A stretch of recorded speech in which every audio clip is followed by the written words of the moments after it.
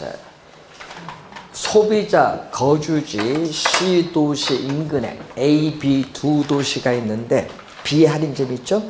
자, 우선 A 할인점 이용객 수를 묻는데, 자, 이 소비자 A, 항상 여러분이 허프 모형을 구할 때는 항상 먼저 뭐를 구하냐면 뭐를 구해야 돼? 시장 점유율. 이 소비자 거주지에서 A 할인점을 방문해서 경험적으로 물건을 살 확률을 우리 뭘로 보죠? 시장 점유율. 이걸 제일 먼저 구해야 돼요. 자, 여러분, 내 상점이 전체 몇 프로 되느냐 이 얘기입니다. 분모는 뭐죠? 전체. 자, 우선은 허프 모형을 볼 때는 항상 먼저 뭐가 나오죠? 거기 보면 공간, 거리에 따르는 마찰, 개수가 꼭 나오죠. 여기 얼마로 주어졌다 지금? 우리 지금까지 시험에 다 2로 주어져요. 중력 모형을 적용하죠. 그래서 거리에 제곱에 반비례하고 매장 규모, 면적에 비례하는데, 그래서 A 할인점의 매장 면적은 얼마죠? 매장 면적 8,000에 비례하고 거리 얼마? 8km. 거리 제곱에 반비례. B 할인점 매장 면적 얼마? 2,000에 비례. 거리 2km죠. 거리 제곱에 반비례. 더해주면 여기 전체에서 A 할인점이 차지하는 비율을 봐야겠죠. 자, 우선 8 하나 없어지면요, 1000을 8로 나눠주면 125입니다. 그래서 125고 2000을 4로 나눠주면은 얼마? 500이 되겠죠. 자, 그러면은 625에 125인데 분모 분자를 125로 나눠주면 얼마? 5분의 1이 되겠지. 5분의 1 곱하기 100을 해주는 것은 퍼센트로 가기 위해서 20%가 돼요. 시장 점유율을 제일 먼저 구하면 그 다음에 뭐를 구한다? 이용 객수를 구해야겠죠. 자, A 할인점의 이용객 수는 얼마? A 할인점의 이용객 수는 우선 C 얼마죠? 20만 명이죠. C 도시 인구, 소비자 거주자 인구 20만 명이 몇 프로만? 50%만 A 할인점이나 B 할인점에서 구매를 하는데, 그럼 10만 명이네. 10만 명의 몇 프로? 20%의 점유율을 가지니까 얼마? 2만 명이 되죠.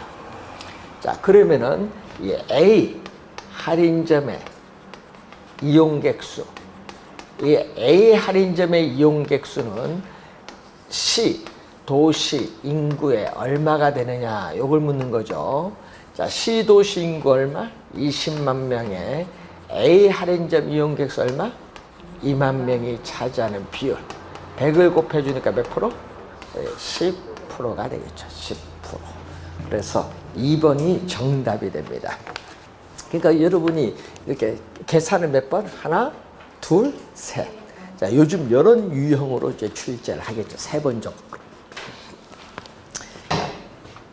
30번 문제 보면은 여러분 28회 시험에는 점포가 3개 나오는 걸 출제했거든요. 점포 3개 나오는 거. 자, 이렇게 점포 3개 나오는 거, 이런 걸 연습을 좀 하셔야 되는데, 자, 각 쇼핑센터의 이용객 수를 구하는데 거리 마찰 개수는 얼마? 2. D도시 인구 얼마죠? 60만 명의 몇 프로?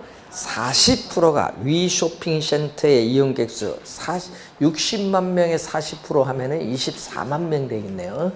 자, 그러면은 A 쇼핑센터 항상 제일 먼저 우리는 구하는 게 뭐부터? 시장 점유율부터 구한다. 자, A 쇼핑센터에서의 시장 점유율은 분모는 전체가 되겠죠.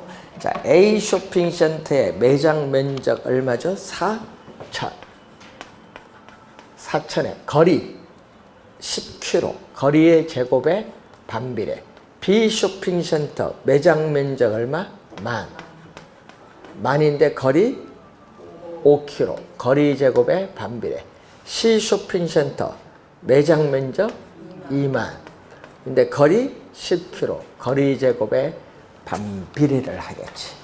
자, 이거 더해주면은 전체에서 A 쇼핑센터는 4,000에 10의 제곱이죠. 그럼 얼마가 나와요?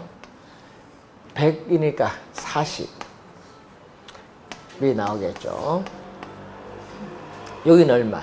25니까 400.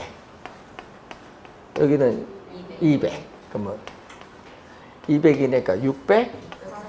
40에 40이 되죠. 공 하나 없어지죠. 예? 그럼 64분의 4입니다. 32분의 16분의 1이네요. 16분의 1 곱하기 100을 해주니까 얼마?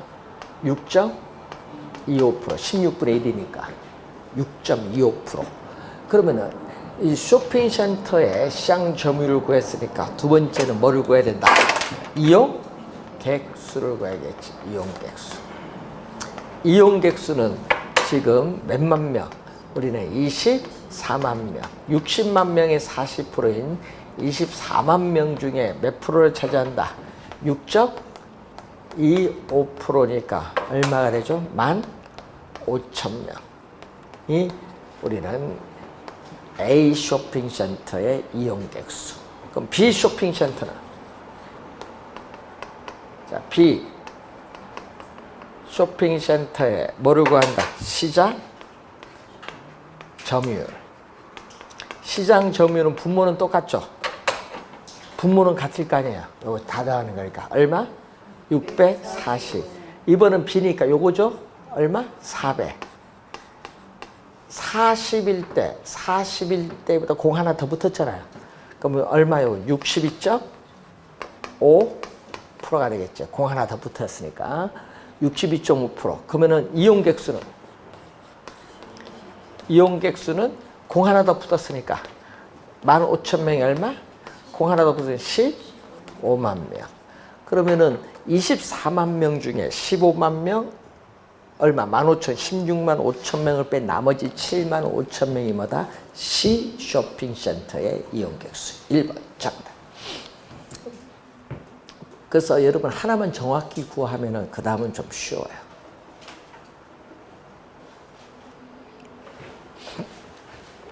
자, 올해는 계산 문제 출제 29회 30회 이론 나왔기 때문에 올해는 계산 문제 좀 연습을 좀 하셔야 됩니다.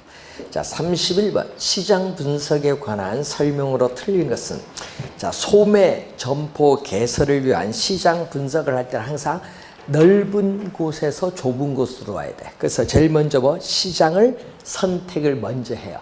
시장을 선택하면 그 시장 내 뭐 이제 몇 개 구역으로 나눠서 부지를 분석을 합니다. 그래서 정답은 몇 번? 1번. 시장 선택이 먼저, 그 다음에 구역 분석, 부지 평가의 순으로 이루어진다. 자, 통계적 분석 방법은 기존에 알려진 기존의 통계를 분석해서 시장의 지역성, 어디까지 범위냐, 지역성을 포착하고 그 지역성을 기초로 상권의 특성을 추계하는 방법을 말하죠. 자, 상권을 추정하는 방법에는 실제 조사하는 방법도 있고 또 2차 자료를 우리가 분석하는 방법도 있고 또 통계적 분석 방법도 있습니다. 그래서 3번 우리가 맞는 지문이고, 자, 수정 허프 모형에서 고객의 구매 확률을 구할 때는 상업지의 매장 면적, 매장 규모죠. 매장 면적, 또 소비자 거주지에서 상업지로에 도달하는 거리, 또 만약에 경쟁 점포가 있다면은 경쟁 점포의 수 등에 의해서 결정됩니다. 자, 5번 체크리스트 법은 매출액과 비용에 영향을 미칠 것으로 예상되는 다양한 요인들을 나열해서 이것을 토대로 전문가적인 경험에 의존해서 시장 내에 대안 부지들을 체계적으로 비교 평가하죠. 여러분 우리 체크리스트 보면은 이렇게 표시하는 게 있잖아요. 여러 가지 요인들을 나놓고 그래서 비교 분석하는 방법. 간단한 방법입니다. 간단하게 분석할 때 많이 이용하는 거. 그래서 정답은 1번이 정답. 자, 32번. 도시 공간 구조 이론에 관한 설명으로 틀린 것은 자, 이 경제 부문의 집적은 한 장소에 모이는 거죠.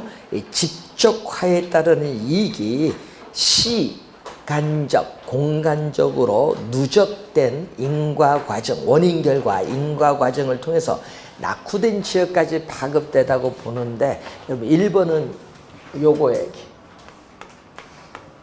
1번은 뭐에 대한 설명? 집적 경제에 대한 설명. 1번은 집적 경제에 대한 설명. 자, 허드라는 학자가 있어요. 자, 이 허드에서 나오는 최소.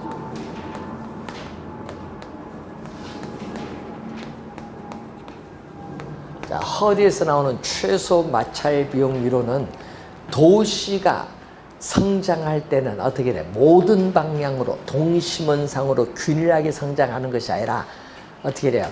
도시가 성장하는데 장애물이 있을 수 있어. 산도 있을 수 있고 강도 있을 수 있고 철도도 있을 수 있어. 그러면은 거기는 성장을 못하죠. 막혀버리니까. 장애물이 있는 거예요. 장애물. 인공적인 뭐 이런 장애물들이 나타날 수도 있어요.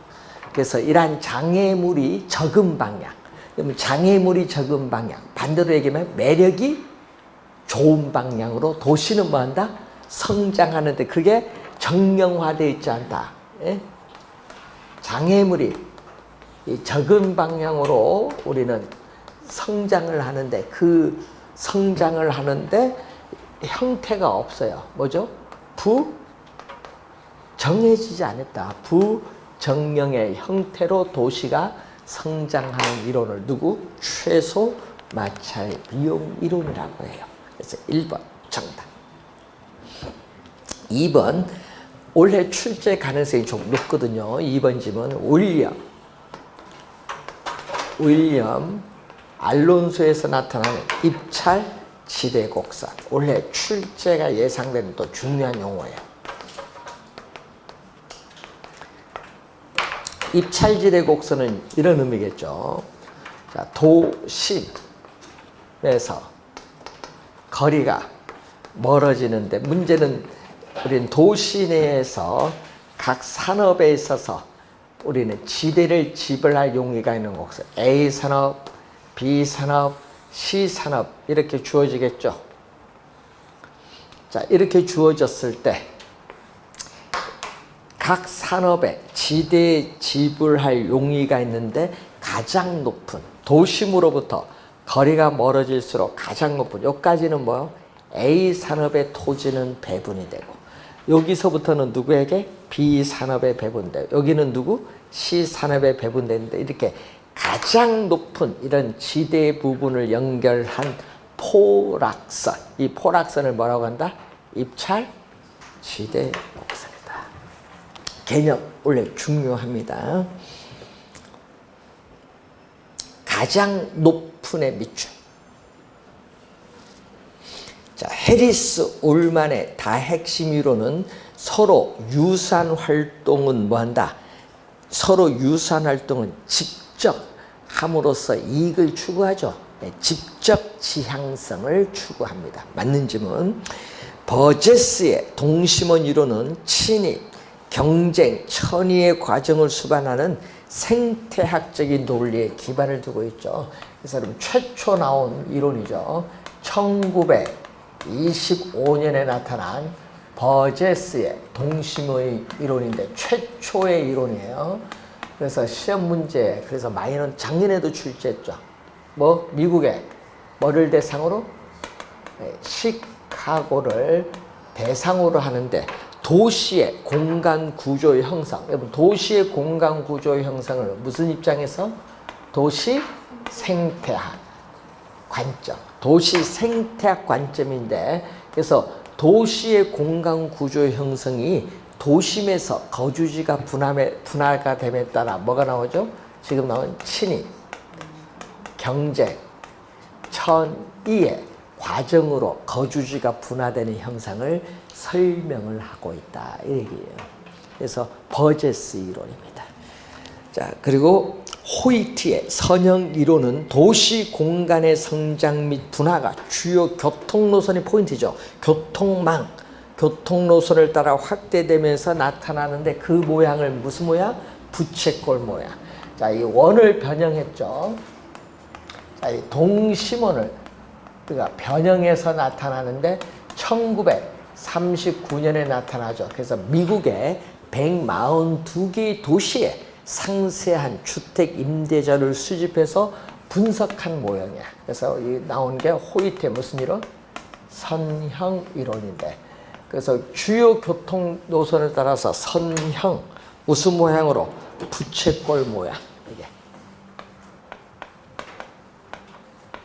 부채꼴 모양으로 도시가 성장한다는 이론인데, 문제는 뭐에 따라서 동질적인 토지 이용이 도심에서 시작되는데 뭐를 따라서?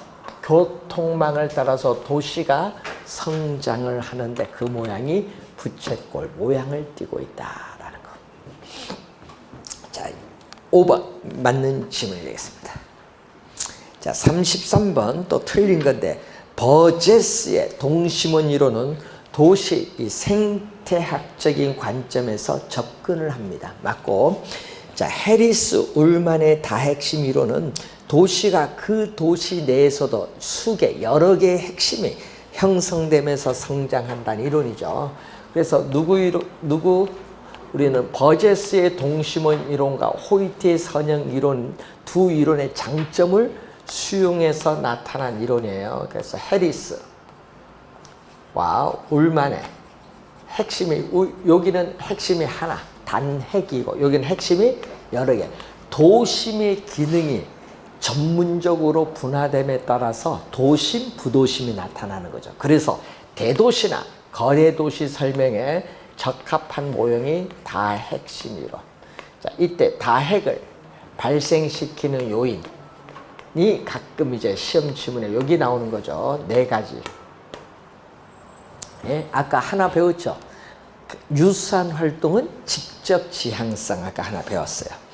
자, 그래서 거기 봤더니 3번에 동심원 이론은 그 도시가 중심에서 동심원상으로 확대되죠. 그래서 여러분 얘기죠. 중심 업무 지구 이게 핵심이에요. 중추적인 역할을 하는 핵심인데 밀려나죠. 도심에서 밀려나서 퇴폐, 슬럼 지구를 형성하는 뭐가 나온다? 점이지대가 나와요. 그리고 세 번째는 저소득 주택 지역이 나오고, 네 번째는 중상층 이상의 고소득 주택 지역이 나오고, 마지막은 교외에 통근자들이 거주하는 위성도시죠. 통근자 지역이 우리가 맨 마지막 5번째죠. 그래서 5개의 지구로 우리는 동심원상으로 분화되면서 도시가 성장한다는 이론. 순서 점이지대 몇 번째? 2번째 동심원. 용어가 어려워서 출제 제일 많이 해요. 점이지대를. 4번째, 다핵심 이론과 호이트의 선형 이론의 한계를 극복하기 위해서 개발된 동심원 이론 하면 안 돼요. 순서 보세요. 1900이고 몇 년? 25년, 39년, 45년. 두 이론의 장점을 수용한 이론이 다핵심 이론. 그래서 틀린 지문은 4번. 자, 5번. 선형 이론은 도시가 교통망을 따라 확장되는데, 교통망인데 그게 무슨 모양? 부채꼴 모양으로 성장합니다. 자, 34번. 틀린 것은 리카도는 고전학파의 대표적인 학자가 바로 우리 리카도죠. 이 고전학파의 대표적인 학자가 데이비드 리카도의 차액 지대설. 자, 여러분, 차액 지대라는 건 뭐냐 하면요, 토지의 농업용 토지의 생산력의 차이에서 발생하는 지대를 뭐라고 한다? 차액 지대다. 그래서 리카도는 지대를 발생시키는 원인, 자, 지대를 발생시키는 원인을 크게 두 가지로 보는데, 우선 영국에서 이 농업용 토지에 있어서 이 비옥도가 중요한데, 이 비옥한 토지가 뭐가 된다? 한정되어 있다. 유한하다. 예? 비옥한 토지가 한정되어 있다는 뭐에 의해서? 희소성에 의해서. 그리고 또 뭐가 수학 체감의 법칙이 작용하고 있다. 자,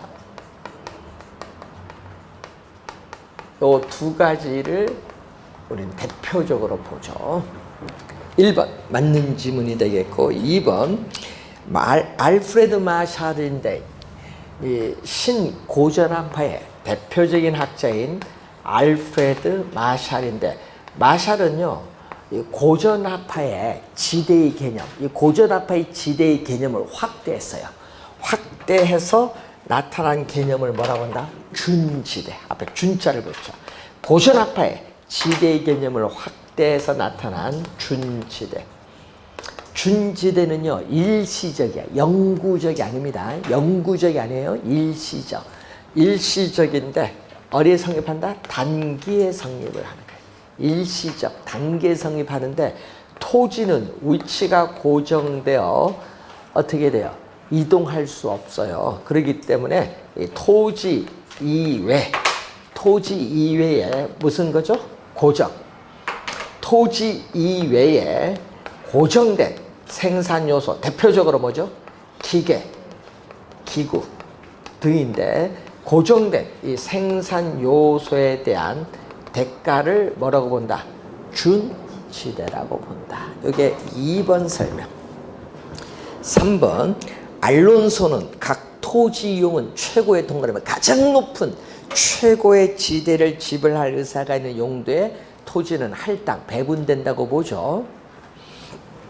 자, 호이트는 고용 기회가 많은 도심 지역과의 교통이 편리한 지역. 여러분, 도심 쪽으로 가는데, 고용 기회가 많은 도심으로 가는데 교통이 편리한 지역, 교통망이잖아요. 이게 교통이 편리한 지역에 선형 부채꼴 모양으로 입지한다고 봤는데, 이게 저급주택지, 밑줄 저급주택지가 아니라 뭐?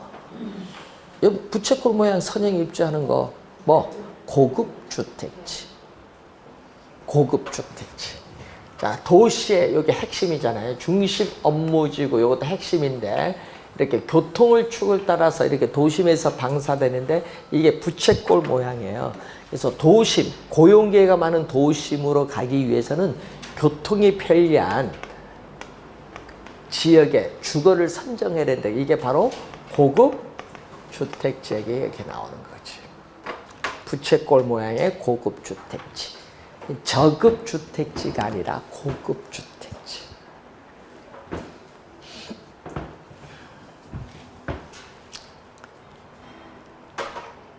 5번 해리스 울만은 도시 내부의 토지 이용이 단일 하나의 중심이 아니라 여러 개의 전문화된 중심으로 이루어진다고 보았다. 여러 개의 전문화된 중심, 이게 포인트가 되겠죠.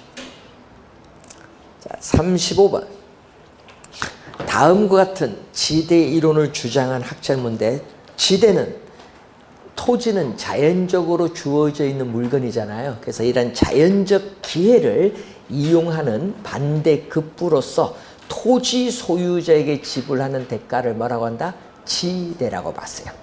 자, 토지 지대는 토지 이용으로부터 얻는 순소득을 의미하는데, 이 순소득을 뭐라고 한다? 잉여. 자연적으로 주어져 있는 물건이기 때문에 이거는 잉여라고 보는 거예요. 순소득을. 자, 토지의 몰수가 아닌 뭐가? 토지를 이용한 대가, 잉여, 지대의 몰수라고 주장하면서 토지 가치에 대한 조세 이외의 모든 조세, 여러분 토지세, 토지 관련된 세금 이외의 모든 조세, 이러면 소득세, 법인세 이런 모든 조세를 철폐하자고 주장한 학자가 누구냐면 헨리 조지야. 그래서 이걸 뭐라고 해요? 세 번째를 우리 대표적 토지 단일세라고 하잖아요. 헨리 조지에 있어서 진보 책 이름이에요.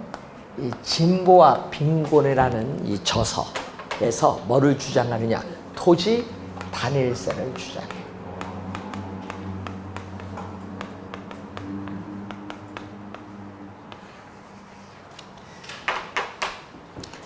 자, 우리 요즘 보면은 이 여당이죠. 여당은 민주당에서 제일 많이 나오는 이름이에요. 헨리 조지. 툭하면 헨리 조지. 근데 이 이론이 언제 나온 이론이냐면 단일세, 토지 세금 단일세를 주장한 게 지금으로부터 여러분 1800 거의 뭐 70년이니까 뭐 150년 전에 나온 이론이에요. 그때 한번 생각해 150년 전에는 그때는 국가는 국방, 치안에 거의 중점을 두고 있는 거예요. 지금처럼 뭐 경제, 복지 이런 개념이 없어요. 복지라는 개념이 없어 그 시기에는. 그래서 그때는 국방, 치안이 국가의 중요 업무라고 보여서 비용이 적게 들어요. 그래서 이 토지세 수입만으로 국가의 재정을 전부 충당할 수 있다. 이렇게 본 거야 그 시기에는. 그래서 토지 이외의 모든 세금 철폐하자 이렇게 주장한 거예요. 지금 그게 먹혀요? 왜? 국방만 드는 게 아니잖아. 복지 비용 이게 들어가잖아요. 우리나라 국가 예산에 지금 30% 가까운 돈이 뭐에 들어가? 복지 예산 들어가잖아요. 그래서 여러분 복지 예산이요 웃긴 게 우리나라는 선진국도 아닌데 무슨 복지 예산이 그렇게 많이 들어가는지 몰라. 그래서 왜 그러냐면 지금 현재 우리나라 국가 빚이 4년 전에 얼마냐 그럼 600조 가까운 돈. 그래서 그때 뭐 이제 공기업 빼면 한 470조인데 지금 국가 빚이 얼마냐? 4년 사이에 1000조야. 네? 아니 우리 국가 빚이 대한민국 정부 수립 이후에 4년 전까지 460조가 됐는데 이게 4년 사이에 지금 1000조가 됐어. 예? 그래서 어떻게 돼? 여러분이 앞으로 2, 3년 지나면 1300조가 된다 하는데 이거 누가 갚아야 돼요? 우리 갚는 게 아니야. 우리 자식대가 갚아야지. 국가 재정이 무너지면요 우리 IMF보다 더 혹독합니다. 그때 되면. 예? 그래서 어떻게 돼요? 돈 외국에서 빌려오지도 못해요. 우린 약속이잖아. 미국은 돈 찍어내면 돼요. 기축통화니까. 우린 그렇지 않잖아요. 그래서 재정이라는 게 상당히 중요해요. 그래서 올해 시험에 낼 수도 있는 학자. 아까 얘기했죠. 토지세 수입만으로 국가의 재정을 충분히 충당할 수 있다. 주장한 사람 누구? 헨리 조지. 3번 정답이고요. 자, 36번 틀린 것인데 고전학파는 농산물 가격이 지대에 영향을 미친다고 보았죠. 자, 고전학파에서는 그래서 토지와 자본을 뭐한다? 구별합니다. 토지는 뭐다? 토지는 인간의 인공적인 힘이 가미되지 않는 자연적으로 주어져 있는 물건이고 자본은 뭐죠? 인간의 인공적 힘이 가미된 뭐 기계 등에 얘기하거든요. 그 구별하는 거야. 그래서 고전학파는 이 두 가지를 뭐한다? 구별한다. 그리고 고전학파는 시장에서 거래되는 생산물 가격, 이 생산물 가격이 농산물 가격이거든요. 이 생산물 가격에 의해서 뭐가 결정된다? 지대가 결정되어진다고 주장을 하는 게 바로 고전학파. 1번 맞는 지문. 2번 신고전학파는 토지를 뭘로 본다? 생산요소. 여러분 토지도 생산요소, 자본도 생산요소. 그래서 토지 자본을 구별하지 않아요. 신고전학파는 토지 자본 구별하지 않습니다. 다 생산 요소야. 일종으로 보았고, 그러니까 지대 상승. 그럼 생산 요소니까 토지를 이용한 토지라는 생산 요소를 제공한 대가가 지대거든요. 그래서 지대를 뭘로 본다? 비용으로 봐요. 그래서 이 지대 상승한다는 것은 생산비가 오르는 거예요. 생산비 상승되기 때문에 생산물 가격에 영향을 준다고 본다. 맞는지. 그러면 신고전학파는요 1890년대 그러니까 19세기 후반에 나타납니다. 요건 언제? 고전학파는 1776년에 나타나고 거의 130년 뒤에 나타나는 게 신고전학파. 자, 리카도의 차액지대에서는 뭐를 중요시 여기죠? 비옥도. 항상 리카도는 뭐다? 비옥도. 이 농업용 토지에 있어서의 이 비옥도의 차이가 뭐를 가져온다? 단위 면적당. 농업용 토지의 단위 면적당 수확량을 생산성이라고 보죠. 이 생산성의 차이가 결국은 뭐를 가져온다? 지대의 차이를 가져온다고 주장한 학자가 바로 누구냐? 리카도가 되겠습니다.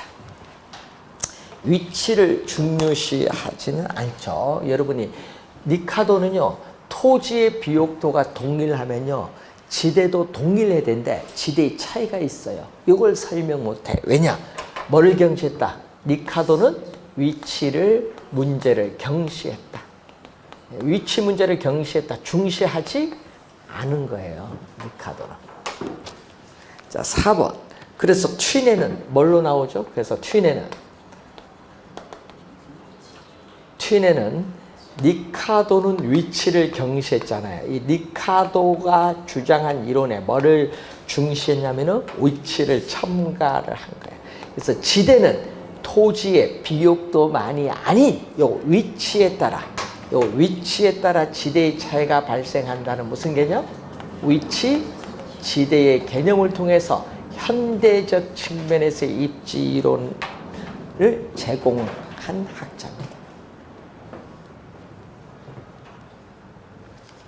자, 그래서 어떻게 돼요?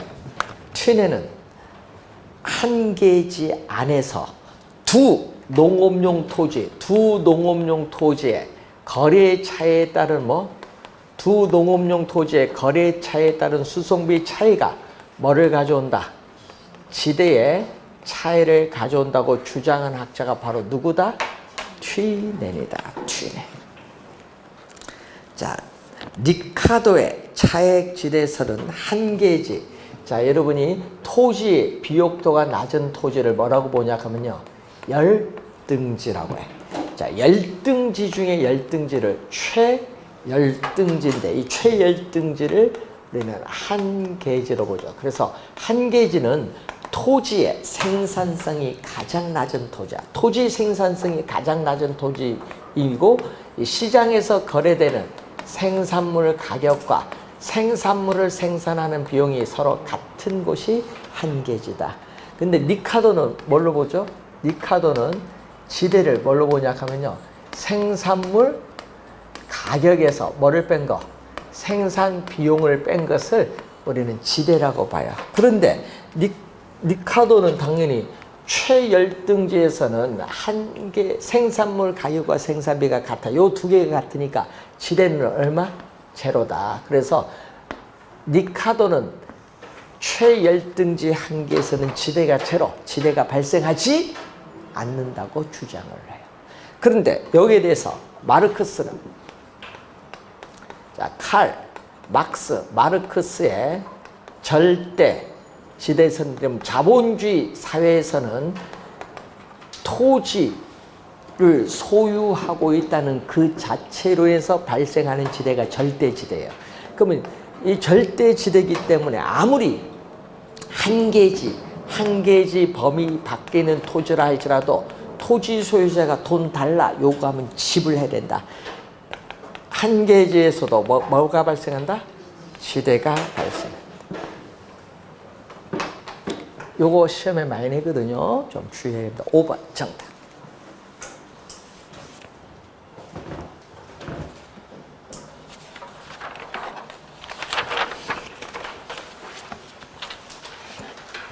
자, 원래 지대이론 나오면 제일 많이 나오는 학자가 누구예요? 리카도, 마르크스, 튀넨. 여기 뭐 많이 나오는 단골. 거기다 알론소, 마샤. 최근에 보면은. 올해도요, 제가 보기에는 학자들의 견해 5개 놓고 틀린 거 찾는 걸 낼 것 같아요. 작년은 뭐 냈냐 하면 튀넨 출제했어요. 작년엔 튀넨. 자, 37번. 공적 개입의 필요성에 관한 설명으로 틀린 거. 여러분, 우리 정책 이론으로 들어오면요, 우리 출제원들이 우선 지문에 많이 출제되는 지문들이 있거든요. 그 중에 하나가 정부의 시장, 왜 정부가 부동산 시장에 개입을 하느냐? 정부의 시장 개입의 근거, 이유. 요걸 출제를 또 많이 하거든요. 시험 문제. 개입의 근거, 이유를 우선 출제를 많이 한다. 자, 1번 보면요. 정부가 부동산 시장에 개입을 하는 근거, 논리에는 뭐가 있다? 부의, 외부 효과 방지, 공공재, 도로 등의 공공재 공급 등이 있습니다. 자, 부동산 시장은 불안전 정보, 그리고 공급의 비탄력성, 공급이 어렵다는 얘기죠. 비탄력성으로 인한 수요, 공급의 시차로 인해서 시장의 실패가 나타날 수 있다. 여러분, 시장에서 어떤 요인에 의해서 자원이 비효율적으로 배분이 이루어지는 상태를 시장의 실패라고 하는데, 여러분, 시장 실패의 원인은 2년 전에 출제했어요. 29회 시험에. 자, 정부는 토지를 경제적 효율적으로 이용하고 공공복리 증진을 도모하기 위해서 용도 지역지구제를 활용하고 있다. 용도 지역 지금 개념이 나와 있습니다. 맞는 지문이고, 정부는 주민의 편의를 위해서 공공진, 도로, 공원 등의 도시계획 시설을 또 공급을 하고 있습니다. 자, 공공재는 시장에 맡겨둔다. 자, 여러분, 이 시장에 실패를 가져오는 원인이 여러 가지 있죠. 규모의 경제가 작용한다든지, 독점이나 과점 같은 불안정 경쟁 기업이 존재한다든지, 또 뭐가 존재한다? 외부 효과가 존재한다든지, 또 뭐가 존재한다? 공공재가 존재하는데, 여러분, 공공재는 작년에 출제했어요. 작년 30회. 그럼 올해는 뭐가 출제 가능성이 없다? 외부 효과. 올해 시험은 작년에 공공재가 나왔기 때문에 올해는 외부 효과가 좀 중요한데, 자, 그러면 여러분 29회는요 시장 실패 원인 출제했거든요. 30회 공공재. 그러면 외부 효과 출제 가능성이 높죠. 당연히 올해는. 자, 그때 공공재는 두 가지 특성을 갖추어야 공공재. 거기에 소비. 여러분, 소비자가 어떤 재화를 소비하는데 다른 사람의 편익이 줄이지 못해. 다른 사람도 똑같이 소비함으로써 만족을 얻어. 소비에 있어서 경합이 나타나지 않는 거야. 그러니까 비경합성이라는 것은 뭐 한다? 그 재화를 공동 소비하는 것. 그리고 어떤 재화를 소비를 하는데 특정 비용을 지불하지 않더라도 어떻게 그 소비로부터 배제시킬 수 없다. 비배제성. 으로 인해서 결국 뭐가 나오죠? 아무 비용도 지불하지 않고 공짜로 이용해야겠다. 무이승차자 문제가 발생을 하는데, 그래서 항상 공공재의 특성, 요거는 꼭 기억해야죠. 공공재 시험에 나오면 꼭 요거 나오잖아요. 비경합성, 비배제성. 5번 정답. 경합성과 배제성이 아니죠.